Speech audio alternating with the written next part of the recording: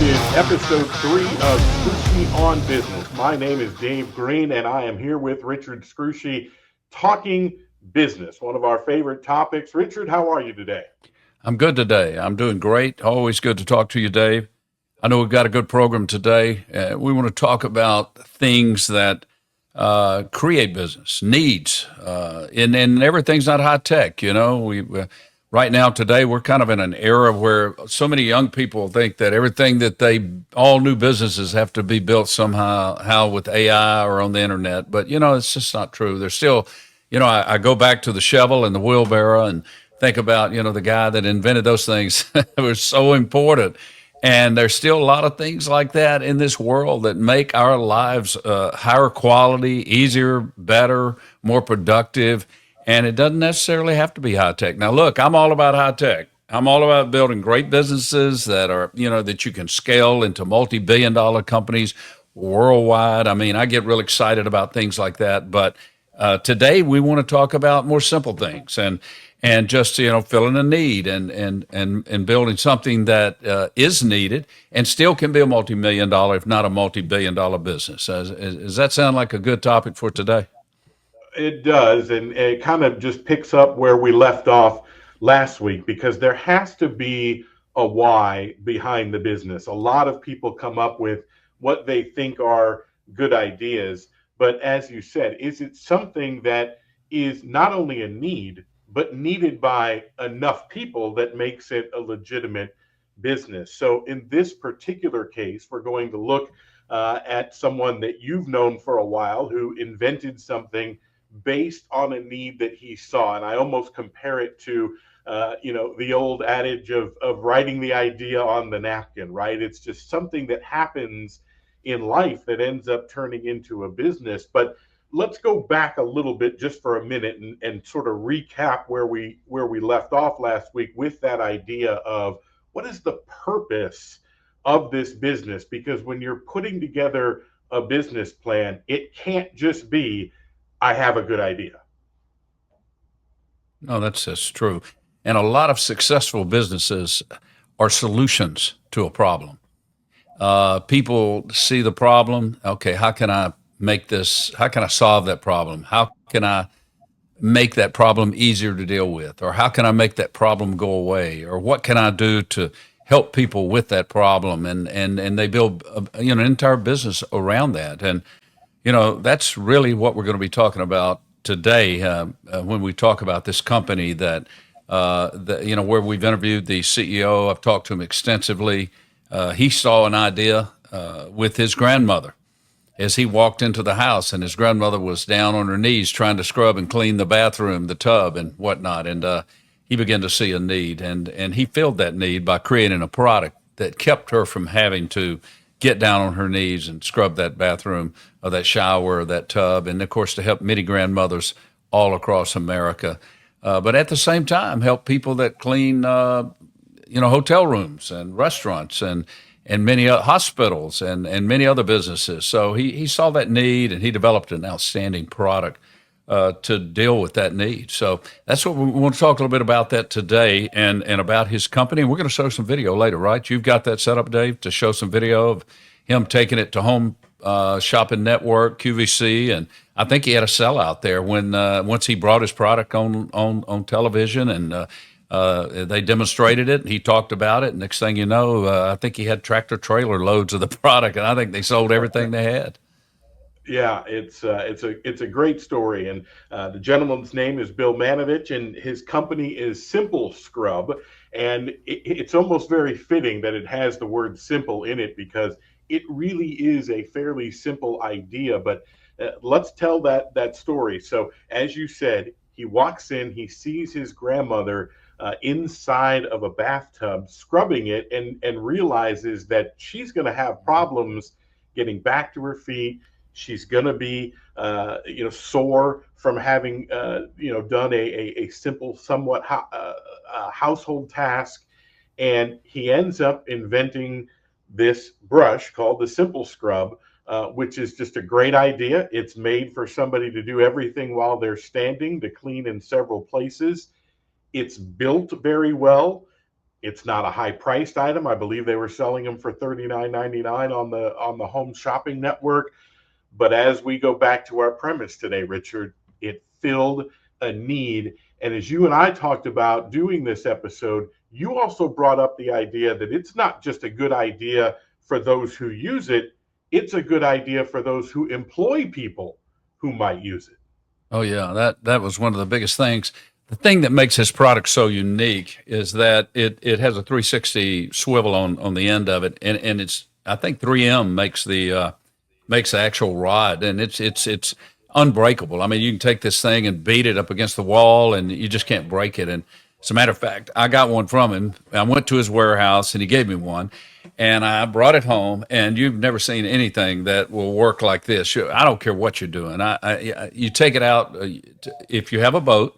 For example, you can clean the exterior of your boat while you're in the water with it. I mean, you can clean anything with it. The walls, it moves every which way that it needs to move. It's made really well, will not come apart. But what we found is that by providing this type of a piece of equipment, clean hotels, for example, and hospitals and whatnot, they have eliminated back injuries. And one of the most costly healthcare issues that we have today on the job injuries and workers' comp injuries and the cost of back surgery. And if you're in there scrubbing tubs and cleaning bathrooms and floors and whatnot, you're going, you can end up with an injury. And so by eliminating that, and this tool, let's call it that, this scrubber eliminates that. It allows very easy to clean all of these different surfaces. You can up and down windows. I don't care what you're cleaning. It's very, very functional. And so, yeah, it's, for companies that buy this product and use it exclusively, they're going to eliminate back injuries and they're going to own the job injuries. And that's expensive. You talk about back injuries. People are out of work sometimes a year, and rehab and if they have to have back surgery and all of that. So anyways, yeah, he not only solved his grandmother's problem when he saw her needing something like this, but he solved problems for companies all over the world. So really a needed product. He's been very successful with that product. I think it's going to continue to be. I think you'll end up seeing it now in all of your major stores across America, your chains. It'll be available. And I think his patent is pending. And I think as soon as he gets his patent, I understand that you'll start to see him in major chain stores, big box stores all across America. So I think that's what he's waiting on right now. Pretty exciting. And just seeing a need. That's what we talked about, And again, many successful businesses just fill a need. And it doesn't always have to be high tech and an internet, an AI situation. There's still a lot of opportunities to build products that fill a need and solve a problem and make our lives better and improve the quality of life. So, and there are people out there right now that are working on these types of things. And I get a lot of stuff in the mail. I'll be honest with you, Dave. I've had people show me all kinds of different products. Okay, and sometimes they're good and sometimes they're not. But most all of them fill a need. But here's the thing. You got a great idea. Everybody needs one of these scrubbers. I'm just telling you. There's not a home in America. There's not a man or a woman that if you've got an apartment or a house and you got a bathtub, you ought to have one of these. Okay, so when you start looking at scaling the business and what is the real opportunity, it's everywhere. It's everybody. So then you look at some of these products that people send me, it's just a lure of people that could even use it. Well, that's a different world. How big is the market? What is the margin on it? How much does it cost to make it, to mass produce it, to distribute it, and who would buy it, and where would it be put on sale? Is it just going to be sold on, can you get it on Amazon? I mean, these questions have to be answered. And some businesses, the answer to all of those are yes, yes, yes, and you can scale it and you can build it and it can be huge and there's a huge market out there for it.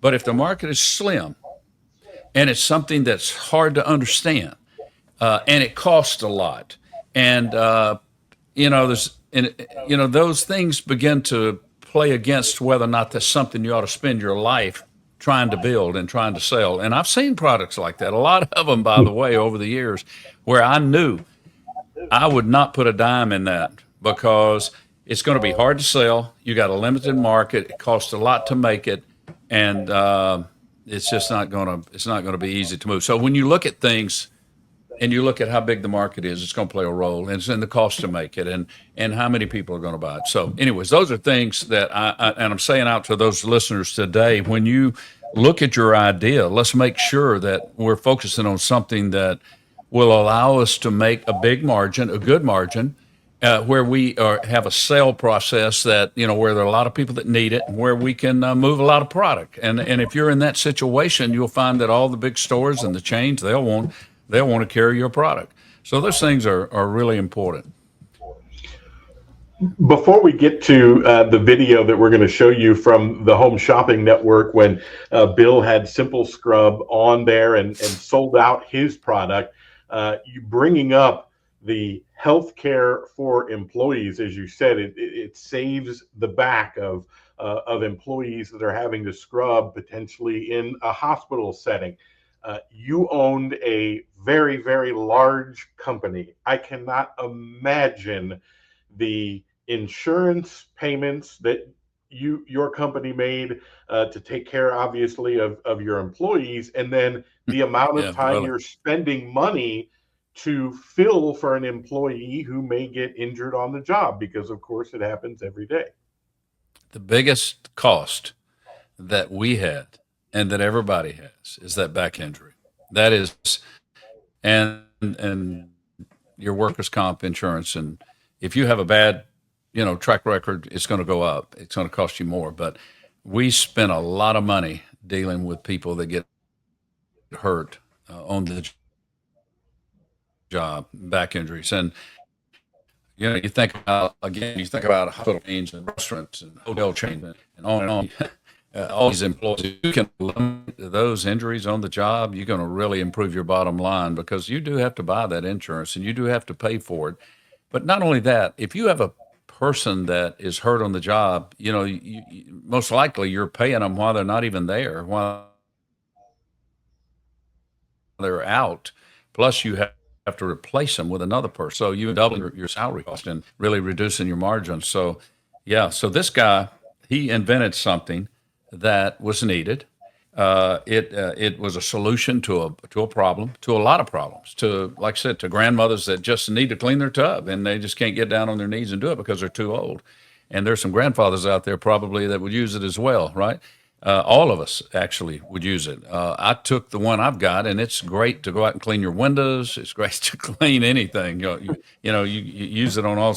And I'll tell you, the boat, take it out if you have a boat and you were trying to clean the side of your boat or interior. It's really good. So it's just so many different uses for that particular product. So I don't even know if Billy, when he invented that, Dave, he may not have had all of these things. And Sure. it might have been that he was just trying to help his grandmother. And then all of a sudden he's like, well, wait a minute, hold on. This not only helps my grandmother, it helps all these other people. And this happens a lot of times, you begin to expand and scale the business and see all the different uses for it.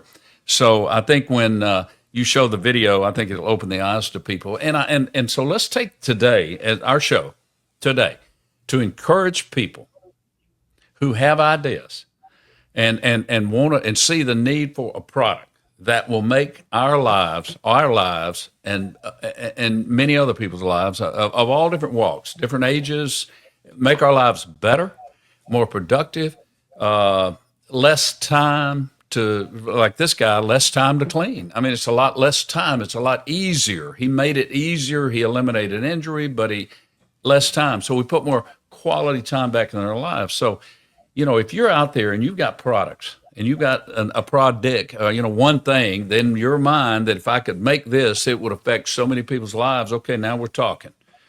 Okay, we're talking about something that may be really an excellent idea and something that you could get funded and that you could build into a nationwide or an international business. So, when you see these things, work them up, work through it. The cost of manufacturing it, okay, who all would use it, And then how would it change our lives, and why would somebody buy it when they, we go to Costco and Home Depot and Lowe's and all these different places, and we walk through and we'll see things on the shelf and we'll say, "Oh my gosh, if I had that, it would do this for me," right? And so we end up buying that. We didn't even intend to buy it. We went to the store to get something else. We went there, we were buying something else, but we ended up getting this because, oh, look at that. I need one of those. Tell your wife, I got to have that. Boy, if I had that, then, I can see all the benefits to it, right? Game So, changer. game changer. Yeah, make my life better. So those are, and today, and I'm just going to say this, we're going to be doing our podcast every week. We're going to talk about all kinds of different business, service, products. We're going to get in some high tech stuff. We're going to have some really cool people coming on. We got a great CEO coming on in September who is a marketing genius, and he's going to talk about marketing, huge products. And he currently right now has a contract with one of the largest companies in America, and he does the marketing for them on some of their products. And he's going to come and talk about that, and that's a whole different level. So we're not just going to talk about little things and small projects and things like the scrubber, but the whole point being is that we want a broad base of listeners out there, and we want you to know that we're very interested in doing whatever we can to encourage you, to help you, to motivate you, and let you know that, maybe the idea you got is a genius idea, just like this guy. And once you're able to get it to market, shoot, maybe it'll begin to just change, everybody's lives. And, I think about all the little utensils and all the things we use in the kitchen every day. There's so many different things that make your life easier. It's easier to cook and easier to do things if you have these products. And so a lot of people made a lot of money on creating things just around cooking and around making our lives easier there. So all kinds of things. And so I know that we also, Dave, we had a lot of questions that came in after our last couple of episodes, and I know we want to try to get to some of that today as well. But I just want people listening to know, we're going to talk about the whole universe, and then we're going to talk about funding. And there's going to be some times we're going to talk about how do you get the money, and when do you get the money, and what is the cost of getting the money, and what does that mean? And then, as you grow the company, how do we build our board? Do we want a board of directors? Do we need a board of trustees? How do we build our leadership? How do we, there's so many different things that we want to talk about in this podcast, and we're going to get to over a period of time. So we hope that our listeners will come in every week. Will just go with us and listen. Maybe we can provide you with some bits and pieces and some things that'll change your life and will make your entrepreneurial experience better, more productive, and things happen for you a little bit quicker if we can share some of our thoughts, and not only ours, but the people that we're going to bring in and have on the show. And again, today I know you're going to show the video of Billy Manovich and his invention of Simple Scrub, and I think that'll motivate some folks. Hopefully it will. So, okay, so where do you want to go from now, Dave, from here? I want to let folks know that if they want to ask questions of you, they can send an email, info@scrushyonbusiness.com.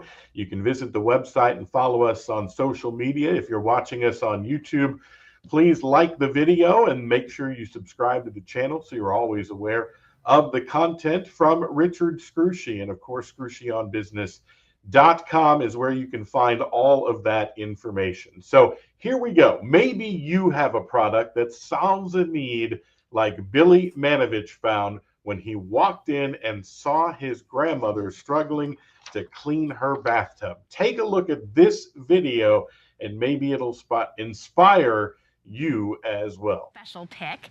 And so what is your special pick? Can you tell us? So to get to our special pick, it took a lot of work, right? I bet. And I think that the team on American Dreams, the team at Good Housekeeping, they've come up with some real winners. I mean, I think this program has just been amazing. But there was one that really stood out for me. And it really answered, when we look at a product, it was a great product that solved a problem. Yes. And it solved a problem for, in this case, the inventor's grandmother. And who doesn't love their grandmother, right? Yes. And I thought, wow, what a great, charming story. This is something that we should consider. And it's called the Simple Scrub. Paul says I'm down to the last couple of hundred with everybody online. Nice choice, President Bill. He knows a good product when he sees one. But you know what? Isn't it funny, though, Bill? Sometimes the most simple products are the most important ones. And the most simple jobs that we do, when we can make them easy, it makes them so much easier on us, on our backs, on our even on your mood. You get up in the morning, get a clean something. Well, we call it the simple You got scrub. something easy like this to be able to clean, you can clean it easily. And I love the fact that it was your mother. It was your mother or grandmother? Grandmother. Because when you think about it, like my mom is 85 years old. She'd have no way to be able to clean. She can't get down on her hands and knees anymore. With this, you can do. Here, you do the scrubbing. I did not come out to clean. I did not Good come job, out to Bill. clean. I came out to let Mr. Bill Brand make a very important announcement. Great item, great inventor. We love your story, and this is a sellout. Yeah. Congratulations. Woohoo! Very excited for you. Awesome. Well Excellent. done. Nice job, my that's friend. a record right Nice there. job. Thank you. Great All right. pick, Bill. Oh, it was a great item. See that, Grandma? Thank you. Thank see, you. See, Grandma inspired you to do it. All right, Richard, there it was, the video that Billy Manovich goes on and sells 700 of these while he is on Home Shopping Network at $39.99. That's $28,000, I think, if my math is correct. Not a bad run for a few minutes there on Home Shopping Network, but they obviously really liked his product as well.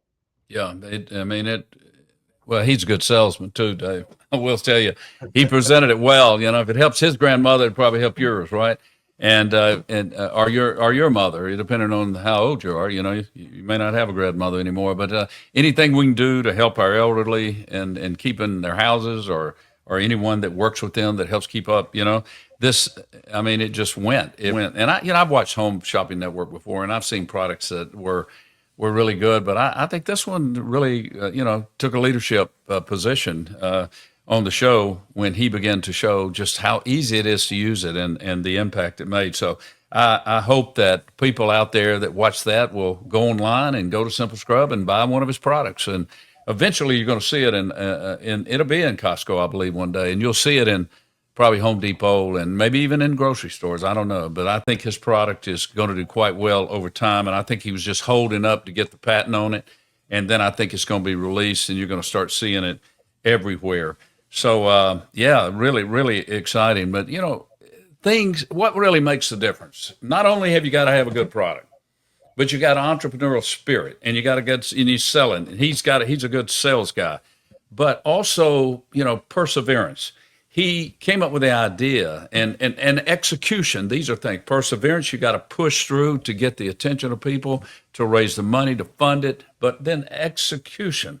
How do you go about putting it out there? And when you market your program, this is a place where you probably don't want to cut things short because, you get one opportunity really to introduce what it is that you're making to the world. You can change things over time, but up front to try and drive that volume. Say he was on that Home Shopping Network there. He had to make sure that he hit it hard with all of the right points. So execution plays a role, your ability to present. And so when you get a chance to present, you better be ready. And let me give you an example.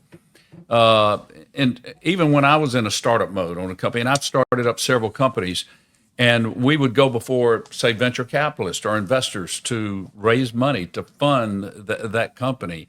I had to be on my best. I had to have a great presentation, and I would practice it and go over it and over it, and I would anticipate the questions they were going to ask so that I had all the answers. And these are things that we have to do when we're out selling a business. And, you may have one shot to see that guy who may be the one that put your first $1 million in or put your $5 million in. And today it's nothing to see a good idea get $10 million worth of funding just right out of the chute. But you got to go in there and you got to be ready, and you got to have your game face on. You got to present it well. You got to have it organized. If you have a PowerPoint presentation, it needs to knock them dead. You got to hit all your points. Sometimes if you're not sure about things, you test it on people. Go to people who you think are pretty smart and say, I know that guy, he or she's very smart. I'm going to pitch this to them. And again, my biggest critic's my wife. I pitch it to her. She'll tell me everything that's wrong with it. Of course, she's a lot smarter than I am. So I take her advice on a lot of things. And She's the one that says, "Don't wear that shirt today." You know, that kind of thing, Dave. You know what I mean? That really doesn't look good on you, Richard. You shouldn't wear that. Okay, I'm going to an important meeting, and I'd listen to her. Okay, these are things we have to do. You want to make sure you look right. You go into a meeting, your best face, best presentation, hit them with all the points, and then close. You got to close them. There's none of this. So, well, I'll give you a call. No, you know what? You know, Dave, I tell you what used to knock me dead. I'd have somebody come in to talk to me, trying to sell me on buying a product. Now, get this. And they would say to me, okay, well, I just want to go over this with you now. If you'll give me a call next week, they would tell me to call them, and they're selling to me. And I was like, yeah, sure. I'll never call you. You know, what in the world would somebody be thinking to tell? They're selling me on the product, and they tell me that, well, give me a call next week. And I'm like, you will never hear me calling you. You're in here selling me. I don't even know if I like you, and I don't know if I like your product, and I don't know that it serves any purpose, and it's probably too expensive, but you want me to call you? No. And then the questions that guy should have asked is, tell me what you think. Do you think the pricing's good? Do you think you'll be able to use the product? Does it make sense? Could you fit it into your organization? Is there some way that, how about if I gave you some of the product and you tried it? And then let's try it. Because, see, that's one of the things that Billy did at Simple Scrub to get some of his customers. He gave it to them. He went to the hotel chains or the restaurant chains, and he said, here's one of my brushes. Try it, see what you think, see if it eliminates, you know, makes it easier for people to do the work and eliminate any back strains. And if it does, you know, you should consider buying it for all of your people. You have to buy a mop. You have to buy brushes anyways. You might as well buy one that, you know, that works better and gives you that 360 turn and can eliminate back injuries. But there's a way to present your product, whether you're presenting to an investor or you're presenting to somebody that is thinking about buying it. And it goes all the way to the way that when you walk in and you talk to a banker and you're trying to borrow money, you know, it depends on how you present yourself and how you organize your thoughts and how you explain your business and these things. So there's a lot that has to be done. And I've had a lot of people come to me that did not do the right things. But on the other hand, Dave, I had some people that came in and they swept me off my feet, and I put money into their investment. I helped them raise money. And in some of them, I actually went on the board. I helped them hire people. I helped them build their company into multi-million-dollar organizations, and very, very excited. I think of a drug company. I had a guy come to me once, and he said, you know, I've got this idea to build a pharmaceutical company. And he told me, and he explained to me, and boy, I'd love to have this guy on the show too. I need to chase him down and find him. But he presented to me a product that was so needed. And he explained to me about that product. And I loved it. And I said, well, that's just a great idea. And so I actually put money in it.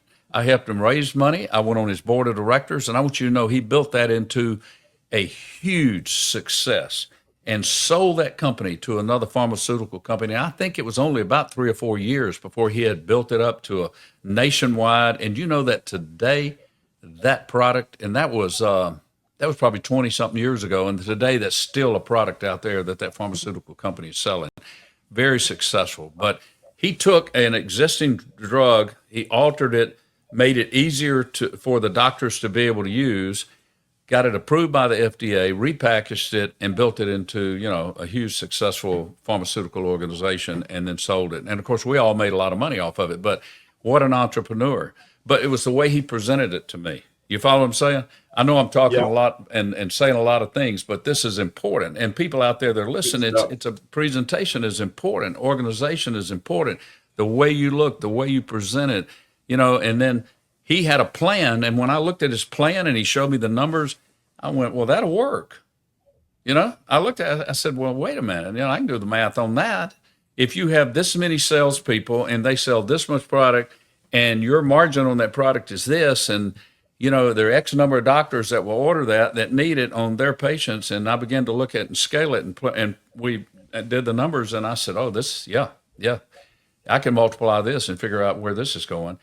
And we ended up doing it, and it was incredibly successful. And so I've been involved in a lot of things like that, and that was a little bit different than what, you know, he's doing over at Simple Scrub, but not so different. Yeah, no, it all kind of ties back to the same thing. You have to have that presentation. You have to be able to have that salesmanship. And a lot of people know the phrase, right? They're buying you. That is the first step. As Richard said, it was deciding that he liked the person before they got into the numbers. Then the numbers obviously came into play. As you were analyzing that. Well, we've got some folks, Richard, that have written in. We encourage folks to use that email address, info@scrushyonbusiness.com. And Janet from Atlanta is one of those people who wrote in and asked you this question. She said, Mr. Scrushy, what was the first sign that your business had real traction? How did you know it was time to scale when you had Health South? Well, that is a great question, and we appreciate that, Janet. Think about this. You have the idea, okay? And you have the model that this is the business, and so we built the first one, which was a comprehensive outpatient rehabilitation facility, and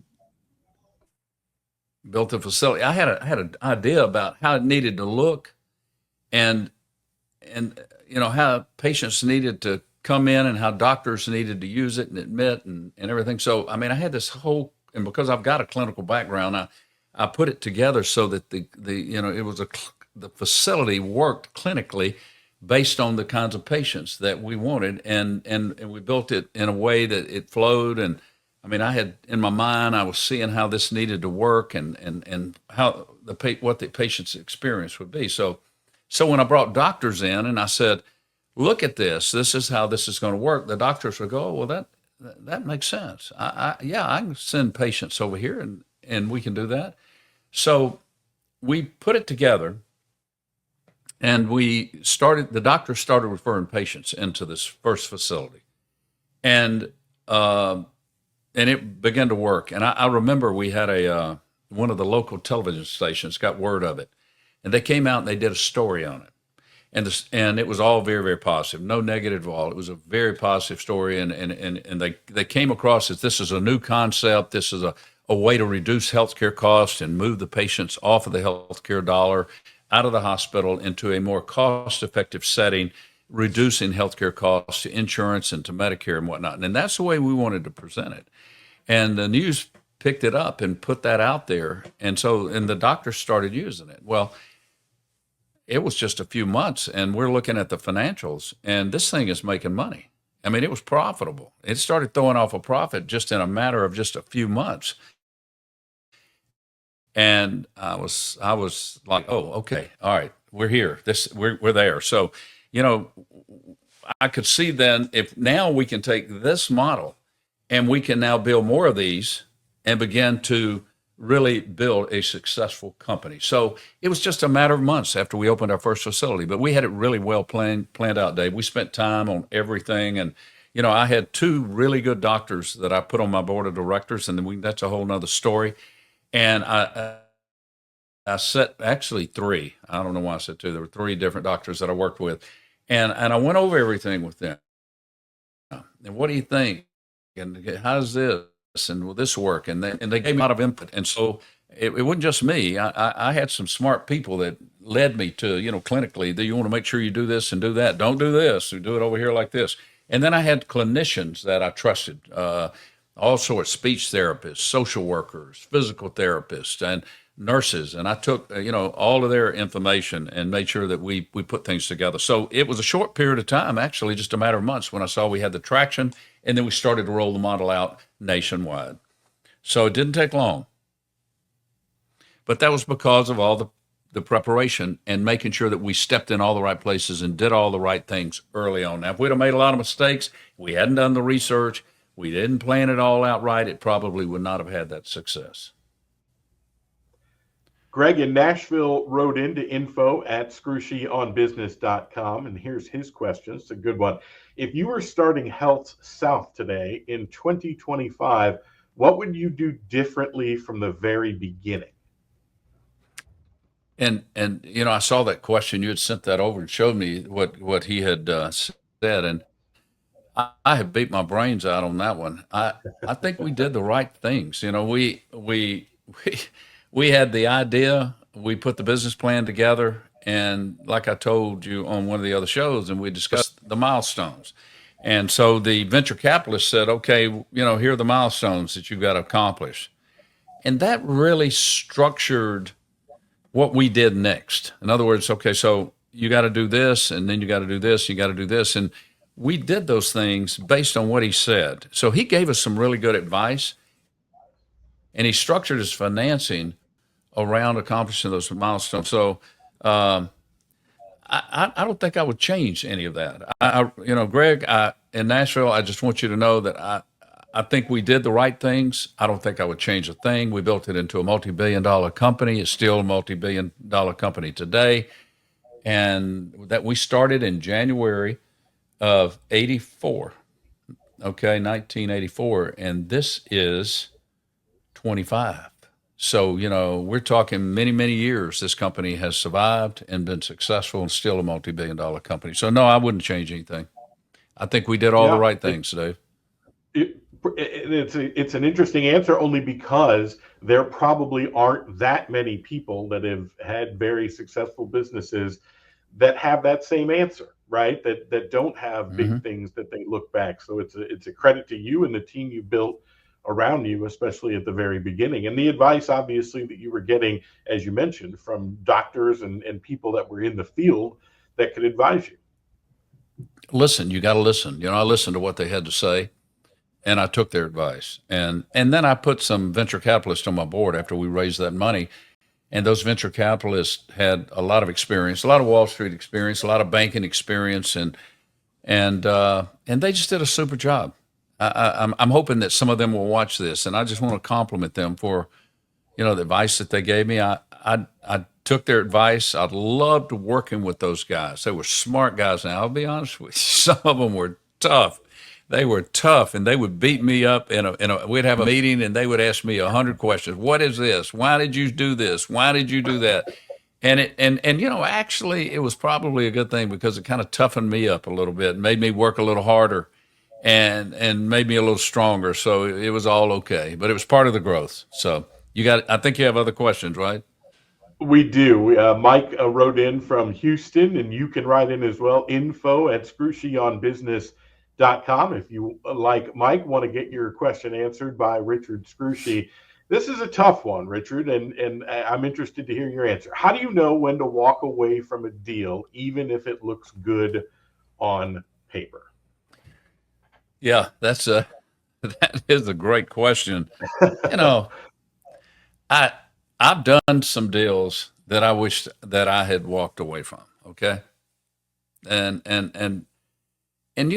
David, it always ended up that it wasn't necessarily the business model, but it was more along the lines of the people that I was partners with, or that I was invested with, or that I was working with, and that they let me down. They didn't accomplish, what they told us that they were going to accomplish. Maybe they presented a high level of energy with a great concept, and then they just didn't pursue it. It wasn't happening like it should have happened. So when do you walk away from a deal? Well, if you've got your money in it, and you're probably not going to walk away. You're probably going to end up having to stay there and figure out how to turn, that lemon into lemonade. I mean, you don't have a lot of choice once you're all in, and you've got your money. You don't want to lose your money. You want to try and turn it around and make it work the best you can. But early on, due diligence is everything. And I would always suggest not only try to prove the concept out, and again, I'll always say, go to people you think are smarter than you and present it to them and see what they think. And some people will be honest and others won't. But, the bottom line is try to do everything you can from a due diligence standpoint to find out early on if, in fact, the model itself works, number one. Number two, if you remember last week, I think I told you that the venture capitalist that initially funded my big first company, he asked for 20 references on me. And so don't be bashful, sir. If you're not certain about somebody, ask for 10 references. I want to know, all the way back 15 years ago in your life, 10 years ago, 20 years ago. and then check them out. And then if it comes up negative, it's probably going to be negative, and chances are. So a lot of thorough due diligence will turn up, things that you're going to need to know. You may find things in somebody's background that makes you not want to do business with them, but I've found people that have been through difficult times. I've been through difficult times. It doesn't mean I'm not a good entrepreneur, that I'm not smart. I know how to put deals together. I know how to make money. I know how to build a return on an investment and those kind of things. But you will find some people that the things that cause the problems had to do with just working with people. Maybe they couldn't get along. Maybe they had fallen outs with people that were important in their life. I don't know. But you got to study it up front. You got to do the due diligence. You got to ask all the tough questions. And then once you determine that, hey, this thing is clean, this model works, these are good people, they're smart, they're trustworthy, I like them. And then you find out that, you can take them to Wall Street. That's what I always try to envision in my mind. If I took this guy or this lady who are building this company and I put them in front of Fidelity, okay, or JP Morgan, Putnam, and they were presenting at a conference, how would they be perceived? And if it's negative, then I wouldn't go down that road. I wouldn't fool with them. I'd move on. But if you can see them presenting in front of a bunch of investment bankers, a bunch of fund managers from Fidelity, and you think that they're going to show well, that's somebody I could put somebody behind, because ultimately what you want them to be able to do is to scale it, and eventually maybe they'll be running a public company. And I've met a lot of guys like that, and I've advised people before. I think that guy can be a darling on Wall Street. I think they'll like him because I like the way he presents. He checks out well. He presents well. He understands the business. You can ask him the tough questions. He's got the answers to them. And those are the kind of people that you want to put your money behind and invest in, because they're long term. They can keep going. Because see, I have put money and seen money go into companies where you reached a point where you had to replace the CEO, Dave. So the board meets and they said, look, he's a great guy and he did well, but he can't go any further. He's done. He was a great visionary, but he can't run the business. This is the other thing you find out. You see these people, they can't manage people. They're a visionary. They're an entrepreneur. They understand the technical aspects of the business, but they can't manage people. They can't get along with folks, and it falls apart. And so, I've been in a situation where I've sat on boards and they said he can no longer be the CEO, so we're going to bring this other guy up and be the CEO, and we're going to take the founder of the company and put him like this under him. Most of the time, I'll be honest with you, it doesn't work long term. I mean, you have problems. I mean, how do you take the guy that created the whole thing and say, look, you're going to now report to this guy? And when I looked at those situations, I was like, gosh, I wish I'd never got involved with this company. So those things that will make you walk away will make you really think twice about not putting your money in, and number two, about even spending your life. Because, one of the things we have that is most valuable in our life is just our time.